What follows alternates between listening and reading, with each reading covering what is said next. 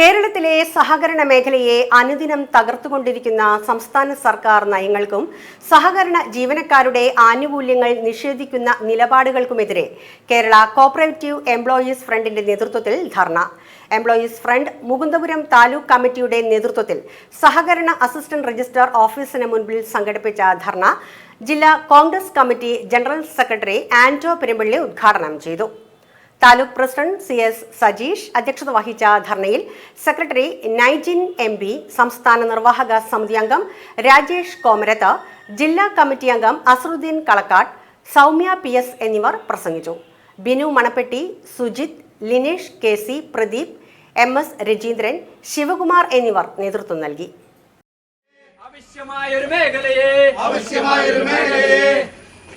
സഹകരണത്തിൻ മേഖലയെ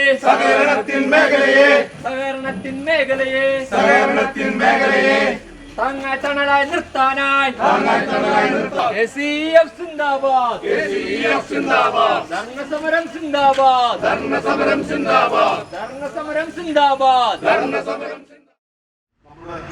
താലൂക്കിലെ ബാങ്കുകളുമായി ബന്ധപ്പെട്ട ചില വിഷയങ്ങളൊക്കെ കടന്നു വന്നിട്ടുണ്ട്. അപ്പൊ തീർച്ചയായിട്ടും അവിടെ താങ്ങും തണലുമായിട്ട് അത്തരം പ്രതിസന്ധികൾ ഇടപെടേണ്ട ഒരു ഓഫീസാണ് അസിസ്റ്റന്റ് രജിസ്ട്രാർ ഓഫീസ്. പക്ഷെ ഇവിടെ സജീഷ് സൂചിപ്പിച്ചതുപോലെ എത്രയോ നാളുകളായിട്ട് പെർമനന്റ് ആയിട്ടുള്ള സ്ഥിരമായിട്ടുള്ള ഒരു അസിസ്റ്റന്റ് രജിസ്ട്രാർ മുകുന്ദപുരം താലൂക്കിൽ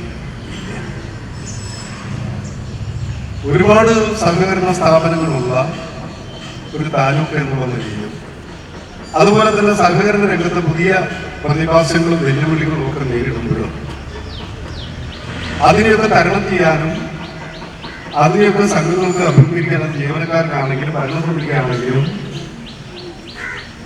ഇത്തരം ഓഫീസിന്റെ പ്രവർത്തനം വളരെയേറെ അത്യന്താപേക്ഷിതമാണ്. നമുക്കറിയാം, പിന്നീട് ചിലരൊക്കെ ചാർജായിട്ട് വന്ന ARമാർ നമ്മൾ കണ്ടു. ആ ARമാരൊന്നും അവർക്കറിയാം, ഇന്ന് വന്നു നാളെ പോയി, ഇതാ വന്നു ദേ പോയി.